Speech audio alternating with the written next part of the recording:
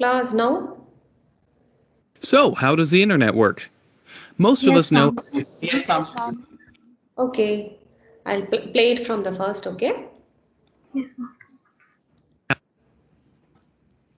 So, how does the internet work? Most of us know how to use the internet without actually understanding how it works, sort of like electricity in your home. You use it every day, but may not understand the mechanics behind it. And if the electric grid is difficult to understand, then the internet must be impossible, right? Wrong. In the next few minutes, I'll put you in the top 10% of people who understand how the internet actually works. For SecurityCatalyst.com, I'm Aaron Titus. Whenever most people think of the internet, this is what comes to mind. The internet is not a bubble cloud, even in the new age of cloud computing. The whole fuzzy cloud picture was created by people more concerned about job security than education. This is the internet. The internet is a wire, actually buried in the ground. It might be fiber optics, copper, or occasionally beamed to satellites or through cell phone networks, but the internet is simply a wire. The internet is useful because two computers connected directly to this wire can communicate. A server is a special computer connected directly to the internet, and web pages are files on that server's hard drive. Every server has a unique Internet Protocol address, or IP address. Just like a postal address, IP addresses help computers find each other. But since 72.14.205.100 doesn't exactly roll off the tongue, we also give them names like Google.com, Facebook.com, or SecurityCatalyst.com. So this is how it works.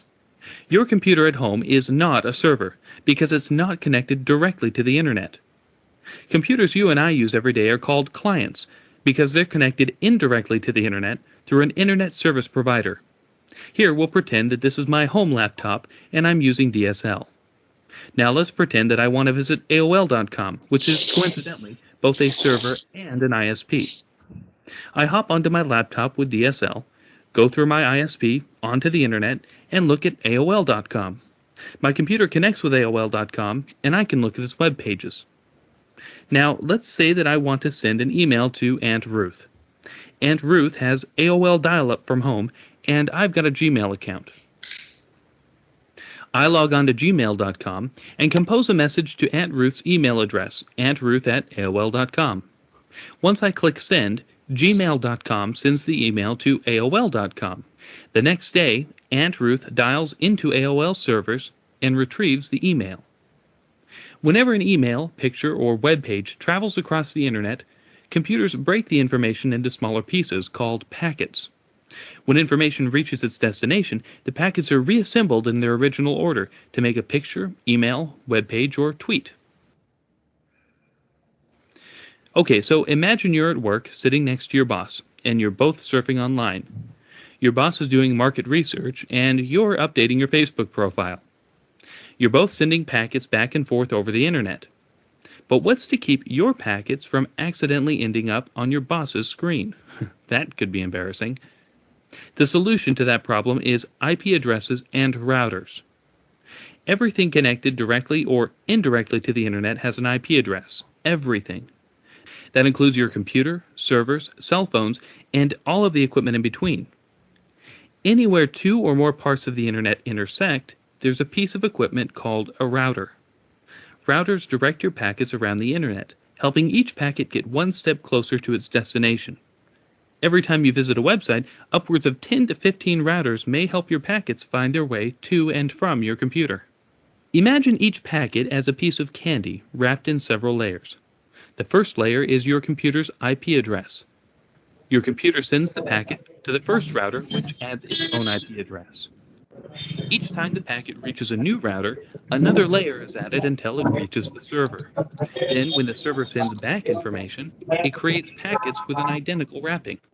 As the packet makes its way over the internet back to your computer, each router unwraps a layer to discover where to send the packet next until it reaches your computer and not your boss's. And that's how the internet works, in 5 minutes or less. And you're now easily in the top 10% of people. So, hope you got some gist about this.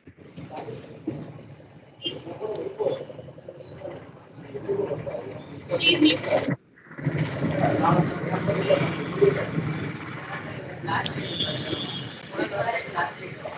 Somebody has to mute yourself.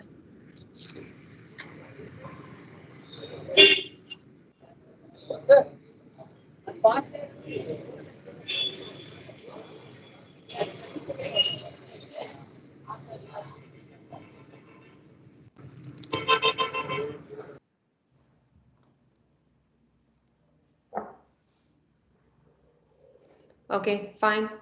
The video is also on the drive. I would suggest you to watch 1 or 2 times to have a better understanding. And I have one more video which is of 10 minutes and I've put it on the drive.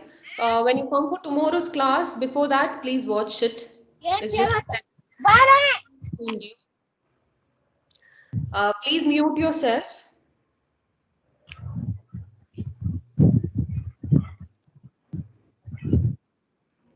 Okay. Moving on to the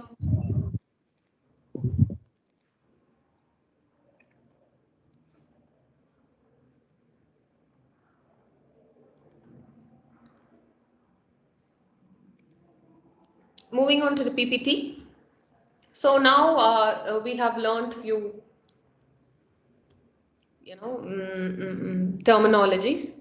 Let us learn few more.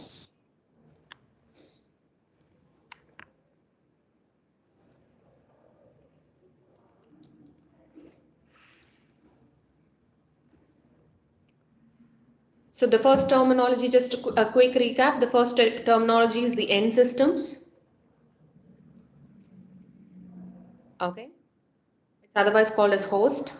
The second terminology is the packet switches, which forwards and receives data in pieces. So routers and switches helps them.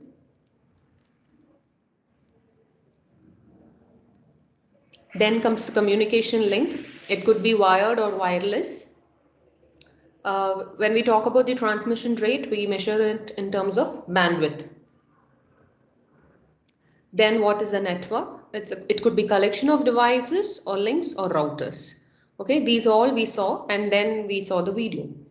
Now, just adding to it, few more other IoT devices are mentioned in this slide. You can see internet phones, security camera, Amazon Echo, internet refrigerator. You can see all the devices that are connected to the internet. And it's expected there will be 41 billion IoT devices by the year 2027.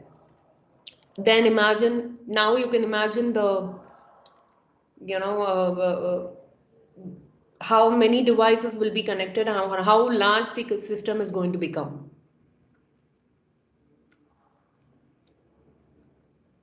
Okay, moving on to the next. So now we know an internet is network of networks. You have ISP. Now we'll talk about what ISP is. ISP is nothing but internet service provider. Okay. So now I am using my university ISP. So who is providing me internet? The university. So I would call that as also an ISP. When I sit at my home, I use Airtel broadband. So Airtel is my ISP. So there are many kinds of ISP, international ISPs, which are tier 1 and tier 2 for say BSNL. When it comes to, there are some 7 or 8, international ISPs like AT&T, if you have heard of it, American Telecom and Telegraphs. Sprint is a company, which is an ISP, which provides internet. Likewise, NTT is one company. So likewise, you can have local or regional or international ISP. Okay, ISPs are nothing but internet service providers. You have to pay them to get the internet service. That's it. You have to pay them to attach yourself into the network so that you can transmit data or share resources wherever you want. Okay. So each ISP itself is a network of packet switches and communication link. If you look at the closely at this picture, okay, can you see? These are just the packet switches. This forms an ISP. These are also packet switches, which is either a router or a switch. This forms an ISP. Okay, where it belongs, like if it is only connecting within India or within a particular place, then it would be called as a local or a regional ISP. If it's connecting countries, different countries, then it would be called as a national or a global ISP. Likewise, it differs where you use the term. All right. So ISP, now you would have got an idea. So ISPs in India, for example, Airtel, Tata Communications, then Reliance, Jio. These are ISPs, BSNL. So they are internet service providers. They have their own optic fibers.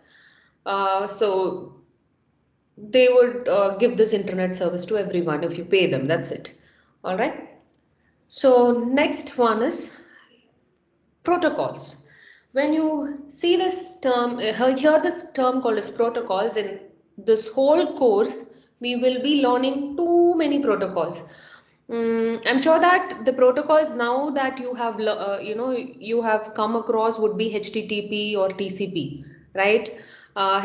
So we will learn what an HTTP is, what is the underlying fundamentals behind this HTTP, everything in this course. Actually, we're going to learn number of protocols. So what is a protocol? First we'll see the definition of a protocol, because we are going to see number of protocols, right? So where is this protocol in this particular picture that I'm showing you? Protocol is everywhere.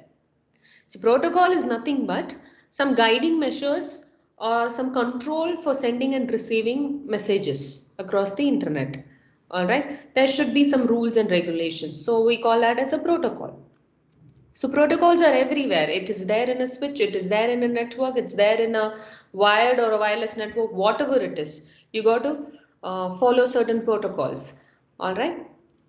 So after protocols, then you need to know something called as internet standards.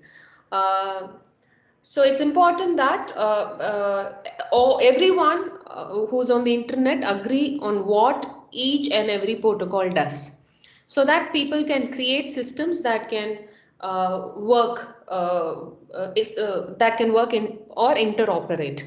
Okay. So this is where standards comes into play. If I am developing something and I want to share it on the internet and somebody wants to see that, there should be a protocol that has to be followed. So they fall under internet standards. There are two standards that you need to mainly focus on: RFC and IETF. RFC is nothing but request for comments. IETF is a force which is called as Internet Engineering Task Force. They give standards, they fix standards, we have to follow those standards.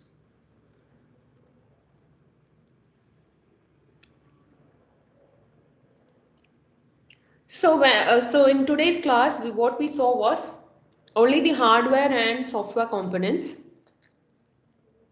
and what is internet. In tomorrow's class, we will see the other perspective of what an internet is, which is about the service view of an internet. Okay, so would suggest you to go through the videos, two videos, it's there on the drive. You can just see it once or twice to understand better. Thank you. I'll stop the class now. Thank you.